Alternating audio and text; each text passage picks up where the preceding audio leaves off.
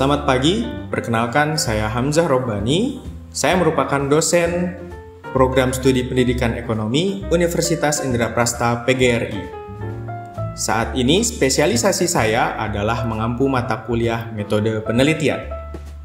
Pada hari ini, saya akan menjelaskan metode pengajaran yang akan saya lakukan dengan metode delivery, interaksi, dan asesmen.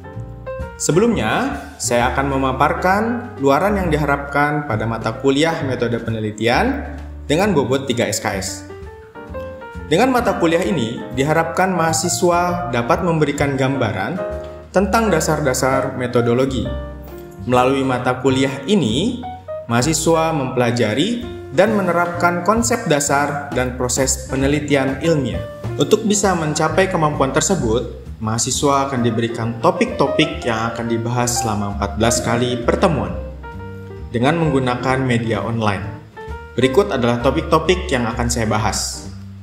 Pertama, dasar-dasar penelitian, memahami hakikat penelitian pendidikan, manfaat pengetahuan tentang metodologi penelitian bagi pendidik serta etika penelitian, memahami jenis dan ragam penelitian serta implementasinya di lapangan, memahami tentang masalah penelitian dalam pendidikan, menjelaskan tentang cara memperoleh dan merumuskan masalah penelitian, memahami teori dalam penelitian, menyimpulkan peranan teori dalam penelitian, membedakan populasi dan sampel, menentukan sumber pengumpulan data dan menyusunnya, melakukan review materi yang telah diberikan, menentukan variabel dan cara pengukurannya, menjelaskan tentang analisis data kuantitatif dan kualitatif, mengenalkan ragam penelitian, mixed method atau metode campuran, serta menelusuri dan menganalisis jurnal berdasarkan ragam strategi dalam penelitian kuantitatif maupun kualitatif. Setelah mengetahui 14 mata pokok yang akan saya berikan dalam mata kuliah metode penelitian, saya akan menjelaskan tahapan pertama dari metode pengajaran yang akan saya lakukan, yaitu delivery atau pemaparan pembelajaran. Pemaparan yang akan saya lakukan, pertama, saya menggunakan textbook.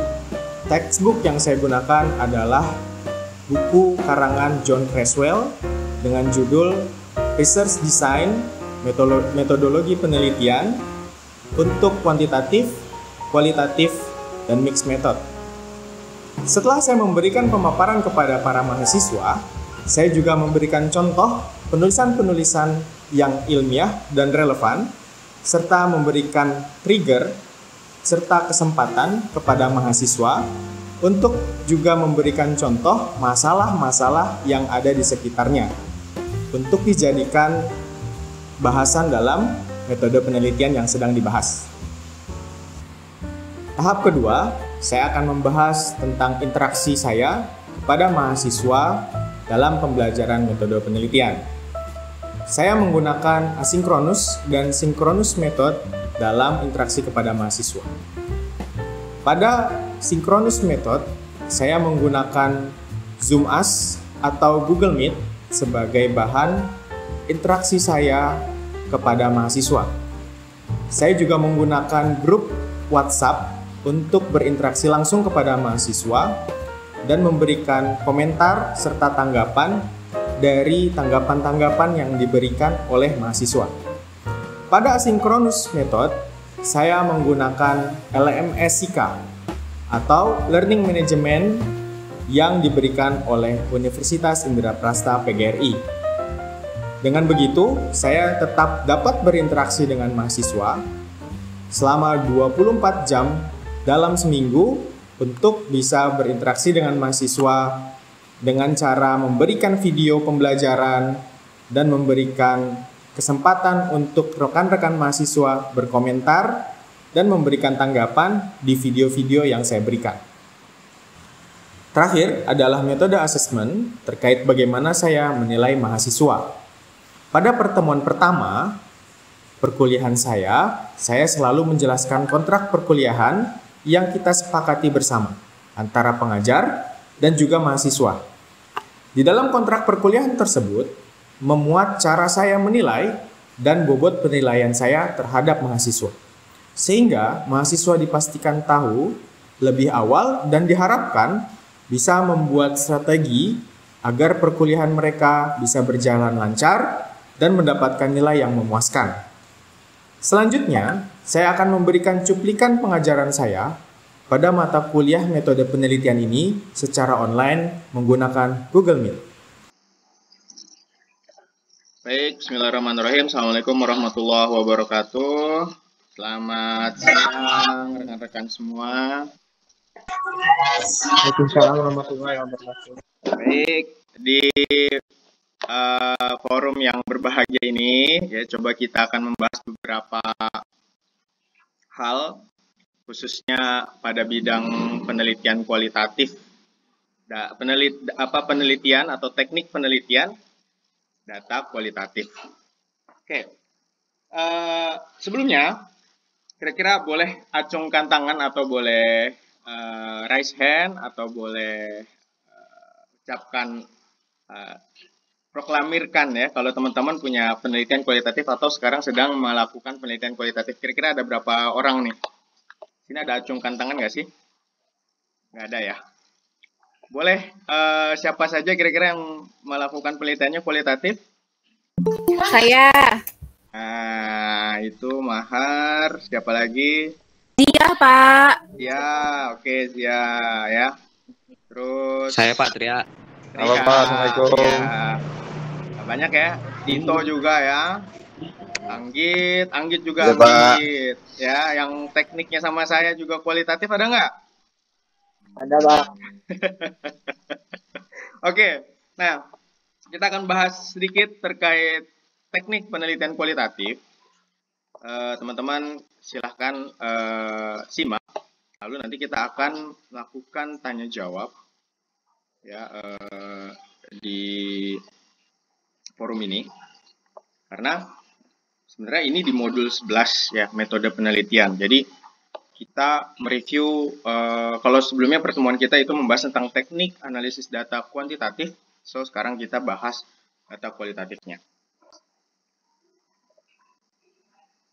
Sebenarnya ada beberapa objektif atau ada beberapa tujuan dari penelitian kualitatif, ya diantaranya untuk explore, ya untuk menjurneikan atau mengemukakan serta mendalami ya dan memahami arti dari beberapa orang atau grup ya pada social problem atau human social problem.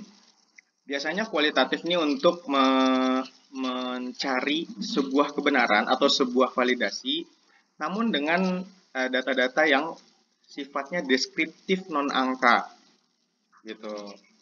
Terus yang kedua adalah proses penelitiannya melibatkan pertanyaan yang muncul dan berupa prosedur-prosedur. Ya. Lalu data yang dikumpulkan biasanya merupakan settingan dari partisipan atau partisipan setting. Nah, kalau kita mau menulis tentang laporan akhir atau penulisan skripsi atau penulisan tugas akhir kita nanti dengan teknik kualitatif, itu sifat daripada si reaction paper ini atau sifat dari strukturnya itu bersifat fleksibel. Fleksibel dalam hal ini seperti ini ya teman-teman.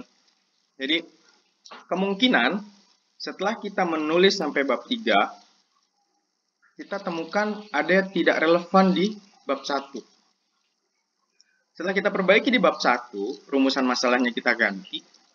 Kita lanjut sampai bab 3, bab 4, dan bab 5. Namun kita lihat judulnya kayaknya nggak pas.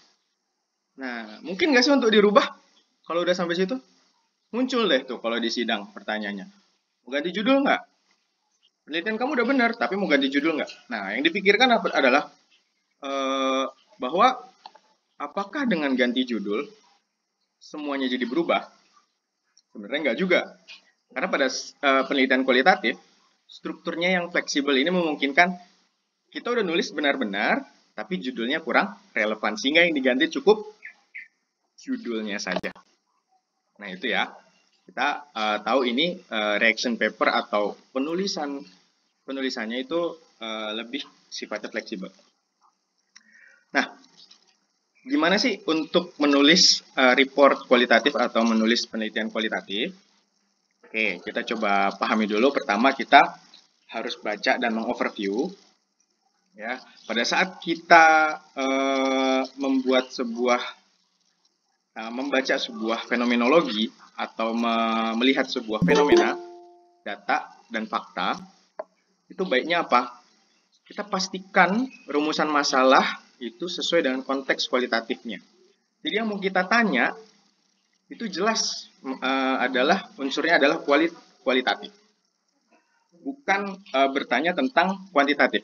Jadi gini, kalau memang judulnya kualitatif atau kita mau ke arah kualitatif, nggak mungkin kita buat pertanyaan yang sifatnya seberapa besar pengaruh, seberapa besar hubungan.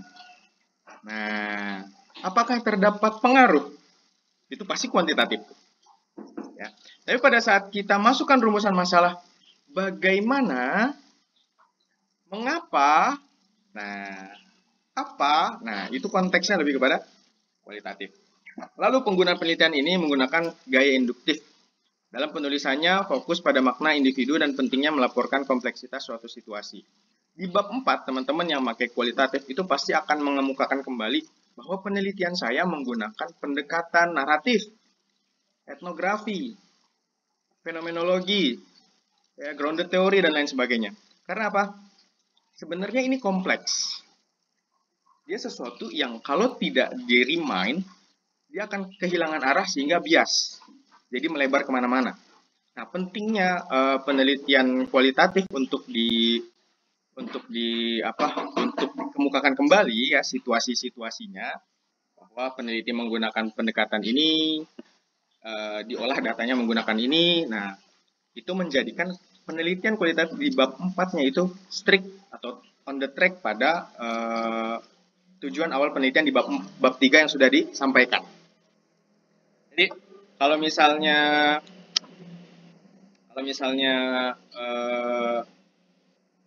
tidak terjadi, atau misalnya banyak yang terjadi itu di bab 4 itu kualitatif metodenya, tapi kita tidak paham sebenarnya mengemukakannya sebenarnya kayak gimana. Nah, ada tuh teknik-tekniknya, itu yang harus diperkuat, dipertajam dengan dikemukakan lagi setelah menguraikan konten-konten yang ada di bab 3. Oke. Selanjutnya, proses penulisannya. Nah, ini dia ya. Proses penulisannya. Kalau yang namanya proses penulisan untuk kualitatif, saya mengacu dari buku Creswell, ya. Buku Creswell, bahwa dia menjelaskan ada beberapa langkah. Di antaranya ada 6 langkah. Ya, langkah-langkah di antaranya adalah 1, mengolah dan mempersiapkan data untuk dianalisis. Jadi penting banget teman-teman untuk kalau habis interview, ya, habis observasi dan merangkum dokumentasi itu dibuat dalam satu tabel khusus di bab 4. Nah, dibuat dulu, karena kalau di kuantitatif pun seperti itu. Ya, data-data setelah dirangkum dari tabulasi angketnya, itu dibuat tabulasi khusus. Lalu membaca keseluruhan data, ya, langkah kedua membaca keseluruhan data, lalu menganalisis lebih detail dengan mengcoding data. Baik, sampai sini kira-kira ada yang mau ditanya nggak? Johannes, boleh diulang pertanyaannya? Kalau secondary object gimana? Iya, jadi gini Pak, kan kayak kuali kan kalau datanya itu kan kalau kuanti itu kan menyebar angket ataupun ya semacam itu. Tapi kan kalau di kuali tersebut kan kita mencarinya itu lebih dalam Pak ya, dengan observasi gitu kan. Dengan makanya pertanyaan yang diberikan antara objek dengan secondary itu atau orang-orang terdekat si objek tersebut sama atau berbeda, seperti itu, Pak. Oh, baik. Nah, jadi begini. Saya persingkat jawabannya. Antara kuanti dan kuali, pertanyaannya bisa sama. Tapi, bentuk jawabannya, kalau kuantitatif dengan metode angket, interview atau angket dibuat dengan jawaban tertutup. Jadi dia dikasih pilihan jawabannya, baik itu dengan skala Likert ya, 5 4 3 2 1 atau ya atau tidak. Nah, itu kuanti. Dengan pertanyaan yang sama atau dengan pernyataan yang sama, interviewer atau peneliti bisa menanyakan kepada si responden dengan pertanyaan atau model dengan jawaban yang terbuka. Misalnya gini, kalau di kualitas pelayanan kita biasanya kenal dengan intangible atau tangible ya. Nah, apakah misalnya pertanyaannya kepada customer adalah apakah Anda merasa puas dengan pelayanan yang dilakukan oleh perusahaan A? Nah, kalau kuantitatif dia jawabannya 5 4 3 2 1. Tapi kalau kualitatif bebas si responden untuk menjawab. Apakah ingin menjawab secara deskriptif, dia puas, terus begini, tapi begitu, lalu begini, lalu begitu. Nah, melebar tuh kemana-mana. Tapi dengan pertanyaan yang sama. Kenapa dengan pertanyaan yang sama? Karena kita tidak boleh keluar dari konteks si variabel. Begitu. Kalau kita keluar dari konteks si variabelnya, kita tidak menggunakan elemen atau fungsi kunci atau si indikator yang digunakan sama teori tersebut, itu akhirnya bias. Jadi kualitatifnya ini ngawang-ngawang. Karena kualitatifnya aja sebenarnya tuh sudah istilahnya tuh sudah bisa jadi abstrak ya, nggak jelas. Nah, kalau kita nggak pakai teori, terus kita nggak patuh sama teori yang terjadi adalah pertanyaan kita kemana, jawabannya kemana, sehingga nggak bisa di-coding. Nah, itu yang bahaya. Oke, semoga menjawab. Teman-teman yang lain mungkin ada yang mau ditanya? Terkait poin langkah 1, langkah kedua, langkah ketiga. Saya lanjutkan dulu ya untuk writing proses untuk penulisan kualitatif. Jadi, mengolah dan mempersiapkan data untuk dianalisis itu ada beberapa contoh yang sudah berhasil menulis. Di antaranya nih, mahasiswa saya, teman-teman ya, semua ada Alvin, ada Mahar. Nah, itu boleh dong di share screen, kira-kira sharing dengan teman-temannya. Poin ke-1 sampai ke-3 sudah sampai mengcoding data, bagaimana dan bentuknya seperti apa penulisannya. Nanti agar saya bantu untuk menjelaskan ke teman-teman lainnya. Boleh? Saya tutup share screen saya. Alvin atau Mahar siap untuk berbagi? Halo, monitor. Bentar Pak, dibuka dulu. Kayaknya saya lagi nyari. Baik. Oke. Gitu ya. Nah, sambil menunggu Alvin untuk mempresentasikan, penting kita di langkah kedua ini membaca keseluruhan data. Layaknya kuantitatif, ya kita harus benar-benar lihat kalau dia bentuknya angket, ya kalau kuantitatif itu mana yang data cleaningnya tidak terjadi. Artinya ada loh data-data yang setelah kita tarik dari angket itu dia tuh nggak rapih. Nah, di statistik itu bisa dirapihkan. Begitu juga pada saat kalian tabulasi angket, kebutuhannya apa? Nanti dicacah, ada yang per demografi, ada yang per apa lagi? Ada yang per gender, ada yang per usia. Nah, teman-teman yang di kuantitatif, coba lihat deh di cacahan data yang teman-teman sajikan di bab 4. Apakah ada kualifikasi atau pengkelompokan tabel dengan gender, dengan data, dengan usia ya, lalu dengan jabatan gitu ya, atau juga dengan misalnya satu lagi dengan demografi di daerah mana dia tinggal misalnya seperti itu. Nah, itu juga poin 1, mengolah dan mempersiapkan data untuk dianalisis. Pada penelitian kualitatif, langkah ini baru langkah pertama, dan kita harus melakukan validasi-validasi selanjutnya. Itu agak dalam. Nah, ini yang perlu kita antisipasi ya. Oke, langkah ketiga, menganalisis lebih detail dengan mengcoding data. Nah, mengcoding data ini lah yang menarik ya. Jadi kenapa dengan kualitatif ternyata ada coding data juga? Gitu. Kira-kira Alvin atau Mahar bisa share bentuknya? Karena kemarin saya lihat sudah bagus, cukup bagus. Punya saya lagi dibuka dulu Pak. Baik. Atau siapa yang kira-kira sudah siap untuk men-share screen coding datanya? Siapa yang kemarin ya? Tria udah belum ya? Beluman Pak. Oh, kamu baru pemilihan ini ya? Pemilihan pendekatan ya kemarin ya?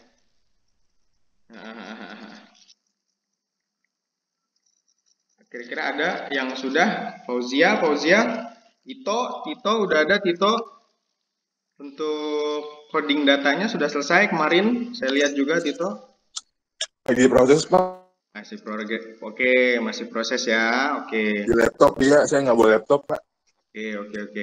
Jadi teman-teman yang kualitatif, kenapa saya harus kasih tahu rating prosesnya? Penting nih, karena di coding data itu memberikan gambaran yang cukup unik atau gambaran yang ciri khas penelitian kalian ya. Nanti arah dari hasilnya itu bisa diinterpretasikan dari apa? Dari coding data. Makanya di langkah keempat, terapkan proses coding untuk deskripsi setting orang-orang, kategori dan tema-tema yang akan dianalisis. Coding itu sebenarnya adalah mengklasifikasikan sebuah kata kunci yang tadinya disampaikan sama siapa? Misalnya kita interview orang, ya kita interview seseorang tentang marketing. Nah, beliau menyatakan bahwa yang dilakukan oleh perusahaan ini marketingnya adalah A dan B, ya. Lalu kita interview lagi nih, ya kepada orang yang kedua, misalnya asisten manajernya. Kita tanyakan apa yang marketing yang dilakukan. Yang dilakukan sama beliau, sama perusahaan ini adalah B dan C. Tadi kalau yang satu adalah A dan B, yang ini adalah B dan C. Selanjutnya, pada saat kita ketemu dengan observasi kita, atau kita melakukan observasi, yang kita temukan justru marketing yang dilakukan adalah A dan D. Jadi adanya ketidakakuratan, adanya ketidaksamaan antara interviewer 1, interviewer 2, sama hasil observasi kita, itu dilakukan di langkah keempat. Jadi kita deskripsikan. Kalau gimana kalau penelitian kualitatif itu pasti banyak pembahasannya dan bisa lebih dari 100 halaman. Jadi karena apa? Kita mengkonfrontir menurut responden 1 adalah A dan B. Sedangkan menurut responden 2 itu B dan C. Berarti ada kesamaannya di mana? Yang poin B. Tapi yang poin A dan C tidak sama-sama diakui. Nah, makanya kita lakukan lagi apa? Observasi. Untuk apa? Untuk mendapatkan validitas dan kualitas data. Kalau di penelitian kuantitatif, kalian mendapatkan kualitas data dengan apa? Validitas dan reliabilitas di angket, ya enggak? Terus normalitas, ya enggak? Terus uji klasik, ya. Tapi kalau di kualitatif kita harus compare antara interviewer 1, 2 sampai 3, lalu kita observasi dan dokumentasi. Itu yang dilakukan namanya dengan triangulasi. Sampai sini ada yang mau ditanya? Mungkin Indah ada yang mau ditanya? Indah, penelitiannya bagaimana? Sudah sampai bab berapa? Belum Pak, untuk penelitiannya saya udah sampai bab 4. Tapi untuk yang tekniknya saya belum kasih yang bab 3-nya. Baik. Oke. Ferdi gimana Ferdi? Belum Pak, saya juga. Saya masih proses, Pak. Proses untuk buatnya. Oke. Ya sudah. Yang terpenting ya, kalau ada yang ingin ditanyakan silakan ditanya. Langkah kelima, tunjukkan bagaimana deskripsi dan tema-tema ini disajikan kembali dalam narasi. Ya, ini dalam narasi dan laporan kualitatif. Kita baru memberikan interpretasi berdasarkan hasil coding ya teman-teman. Jadi nggak bisa kita cuman memberikan deskripsi yang kita pahamin nih. Kita paham. Terus kita menjewantahkan saja tanpa berbasis dari data-data yang kita rangkum sebelumnya. Data-data yang kita rangkum inilah yang disebut dari coding. Oke. Nah, langkah terakhir yaitu langkah kelima adalah analisis data yang diinterpretasikan, terus kita memaknai data tersebut. Nah, di situ kita keluarkan lagi bahwa penelitian kita menggunakan pendekatan naratif, pendekatan fenomenologi, pendekatan pendekatan studi kasus, grounded theory, dan lain sebagainya. Oke. Nah, itu merupakan rating proses ya di bab 4 untuk penelitian kualitatif. Sampai sini ada yang mau tanya?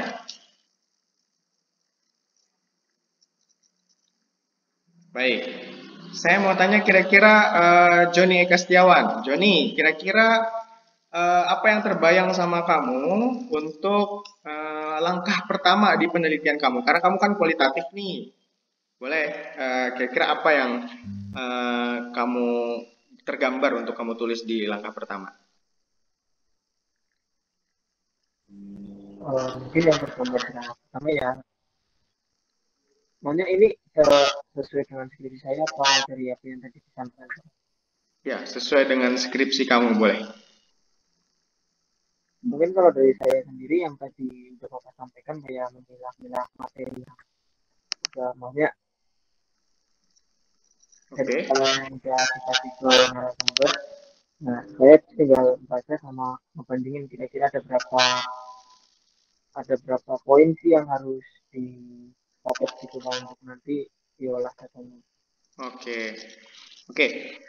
Begitu ya, nanti coba dikembangkan kembali. Langkah pertama yang harus Joni lakukan adalah memaparkan datanya yang Joni sudah dapatkan, baik itu dalam bentuk interview, baik itu dalam bentuk dokumen atau observasi. Oke, saya minta Tria. Tria, bagaimana menurut kamu gambaran di penelitian kamu untuk langkah kedua atau langkah ketiga? Silakan.